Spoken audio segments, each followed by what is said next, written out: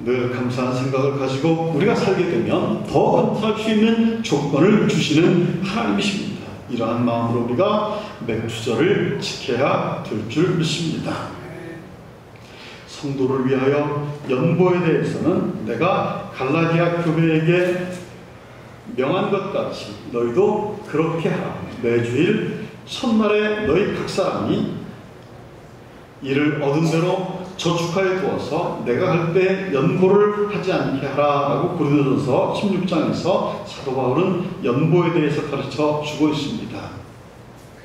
하나님께 드려지는 예물들은 미리미리 준비해서 정성을 다해서 드려야 됩니다. 우리가 일주일을 준비할 때 여러분 그 예물의 크고 적음이 중요한 것이 아니라 우리가 정말 마음을 다해서 이렇게 준비하는 그러한 저와 여러분이 되셨으면 하는 바람입니다. 저희 집사람은 자랑 같아서 말씀을 못 드리는데 꼭 이렇게 헌금을 할 때면 우리 권사님들도 그러실 거예요. 아마 이 돈의 모양을 꼭 맞추는 거예요. 이렇게 앞뒤를 꼭 맞춰가지고 가시를 해서 그걸 다리 위로 이렇게 해가지고 펴게 해서 그걸 하나님께 드리는 것을 봤습니다. 아마 우리 권사님들도 그렇게 드리시는 분들이 많이 계실 거예요. 우리가 같은 액수를 드리지만 최선을 다해서 정성을 다해서 우리의 정성이 하나님께 연락이 된다면 하나님은 우리의 마음의 중심을 받아주시는 분이 아니겠습니까? 놀랍도록 역사해 주실 줄 믿습니다. 하나님께 드려지는 예물은 이렇게 미리미리 준비를 해야 됩니다. 그 자리에서 즉석에서 준비해서 드리는 것이 아닌 것입니다. 잠언 3장 9절에서 10절의 말씀 가운데 보니까 내 재물과 내 소산물의 처음 익은 열매로 여호와를 공경하라. 왜냐하면 네 창고가 차고 내 짙틀에 새 포도즙이 넘치리라 라고 말하고 있습니다. 처음 익은 열매를 드린다라고 하는 것은 하나님을 최고로 생각하고 최고로 공경하는 그러한 마음인 것입니다.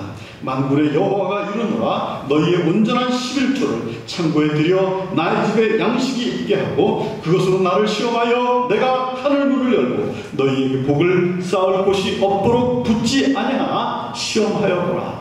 하나님께서 나를 시험해 보라 라고 하는 것은 여기에 딱 한 구절이 있습니다. 말라기서 3장 10절의 말씀입니다. 여러분 하나님을 시험해 보시길 바랍니다.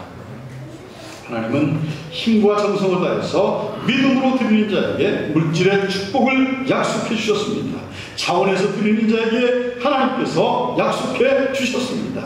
인색하지 않고 억지로 드리지 않고 우리의 마음 가운데서 감사가 우러나야 될 줄 믿습니다.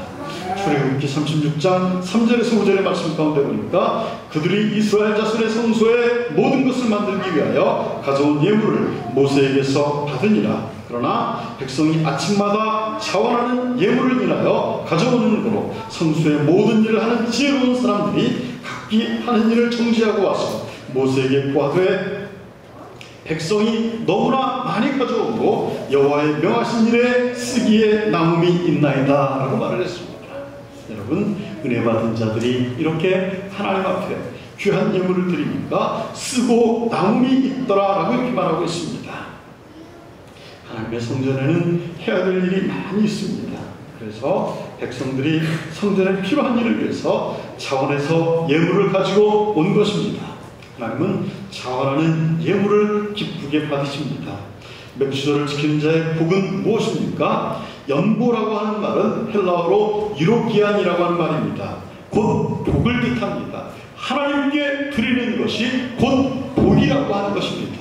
그가 하나님께 귀한 예물을 구분해서 바칠 때 그것이 곧 유로기안이라고 하는 말인데 이것은 복을 뜻한다는 말인 것입니다.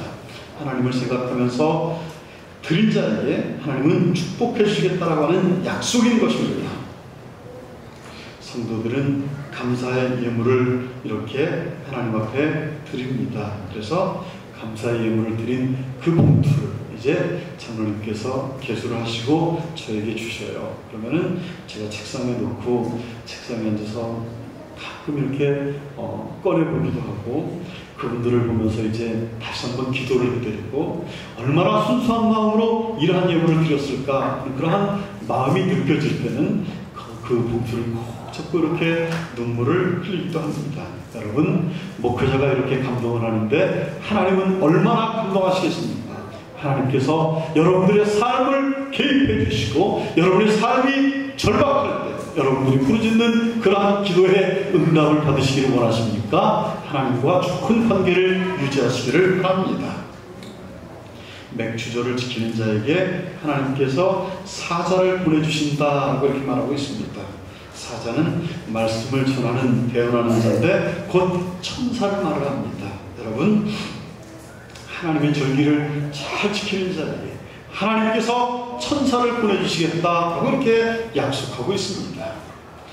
여러분, 인생길에서 한번 이러한 경험을 해보고 싶지 않습니까? 제가 일전에 울산에 있었던 그 집사님 이야기를 간증을 제가 한번 드렸죠. 그 집사님께서 자동차 공장에서 높은 타워 크레인에서 일을 해요. 그래서 그 크레인 위에서 일을 하니까 이 집사님을 위해서 무슨 기도를 해드릴까라고 이렇게 기도를 하다가 집사님이 헌금을 가져오시면 이렇게 11조를 드리거나 감사의 예물을 드리면 꼭 그 기도를 빼질 않았어요. 하나님, 우리 집사님이 위험한 곳에서 일을 합니다. 하나님, 혹시 하나님 인간의 실수로 인해서 어려움을 당하지 않게 하시고 하나님께서 천군과 천사를 보내주셔서 우리 집사님을 지켜주시옵소서라고 이러한 기도를 꼭 드렸습니다. 그런데 이 집사님이 어느 가을날 이제 산에 놀러 갔어요. 회사에서 직원들과 함께 야유회를 갔어요. 그러니까 직원들은 다 이렇게 약주를 얼큰하게 하셨는데 이 집사님은 믿음으로 사시는 분이기 때문에 그렇게 하지를 않았습니다. 그런데 이 폭포 위에서 아래를 내려다보면서 높구나, 여기서 떨어지면 죽겠구나 라고 하면서 이렇게 생각하는 순간에 발을 헛디뎠습니다. 그래서 그냥 쭉 70m 아래로 떨어졌답니다. 그 순간이 너무나 찰나했다 그래요. 이렇게 해서 사람이 죽는구나 라고 하면서 마음에 그 마음이 들었다고 합니다. 그런데 놀랍게도 그 아래가 바위산이었는데 바위산 한가운데가 이렇게 파져 있었습니다. 그러다 보니까 바람이 불면은 나무 잎사귀들이 그쪽으로 이렇게 모였잖아요. 그 70m 위에서 이렇게 밑으로 떨어지는데 떨어진 곳이 그 한가운데 파인 곳으로 이렇게 떨어졌어요. 조금 있으니까 사람들이 막 뛰어내려와서 이제 죽었구나 하면서 막 눈물을 흘리는 거예요. 그런데 이 집사님이 아무런 일이 없었던 듯이 그 수풀에서 비치고 이렇게 나와서 몸을 이렇게 터더랍니다. 사람들이 주위에 있는 사람들이 막 눈물을 흘리는 거예요. 여러분, 우리가 어려움에 처할 때 하나님께서 다급하게 역사해 주십니다. 여러분들의 삶 가운데 이러한 역사를 경험해 보시기를 바랍니다.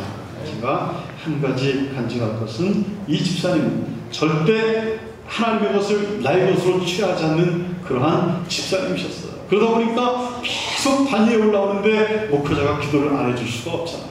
그래서 여러분들도 이 하나님을 만나보시고 경험하시고 하나님이 지금도 살아계심을 경험하시는 저 여러분들이 되시기를 간절히 바랍니다.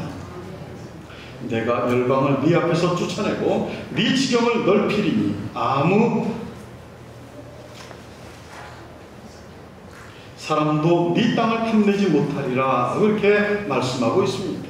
하나님께서 지켜주시겠다라고 하는 것입니다. 여러분의 모든 것을 지켜주시겠다라고 하는 것입니다. 여러분의 자녀와 가정과 여러분의 직장과 이 모든 것들을 지켜주시겠다라고 하는 말씀인 것입니다.